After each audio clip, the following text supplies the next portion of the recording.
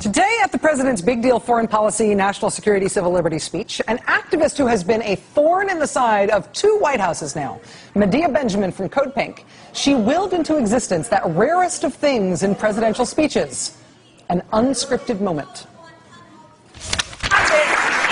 So today, once again, today, these desperate people. I'm about to address it, ma'am, but you got to let me speak. I'm about to address it. Commander-in-Chief. Let me address it. Close Guantanamo today. Why don't you let me address it, ma'am? Release those 86 prisoners. Why don't you sit down and I will tell you exactly what I'm going to do.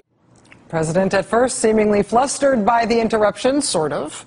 But then nobody quite knew how it was going to end because the heckling did not stop. She stopped for a second, but then she interrupted the president again and again and again, and eventually he just let her speak. How about Al-Awiaki, 16-year-old When we went, is that the way we treat a 16-year-old? he went Why on was he to, killed? Can you tell we went us on. why Al-Awiaki was killed? Can you tell Muslim people their lives are as precious as our lives? Can you take the drones out of the hands of the CIA? Can you stop the signature strikes and killing people on the basis of suspicious activities? We're addressing Will you that. apologize to the thousands of Muslims that you have killed? Will you compensate the innocent family victims? That will make us safer here at home.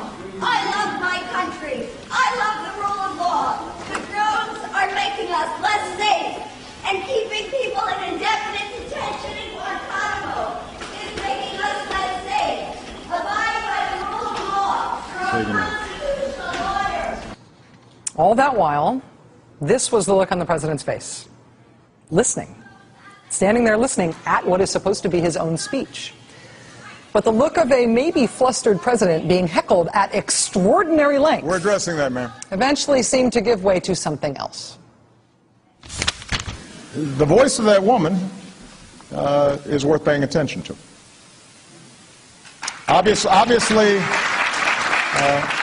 Obviously, I do not agree with much of what she said. And obviously she wasn't listening to me in much of what I said. But these are tough issues. And the suggestion that we can gloss over them is wrong. The activists at Code Pink and Medea Benjamin are not trying to make friends. They are out to be disruptive to those with whom they disagree.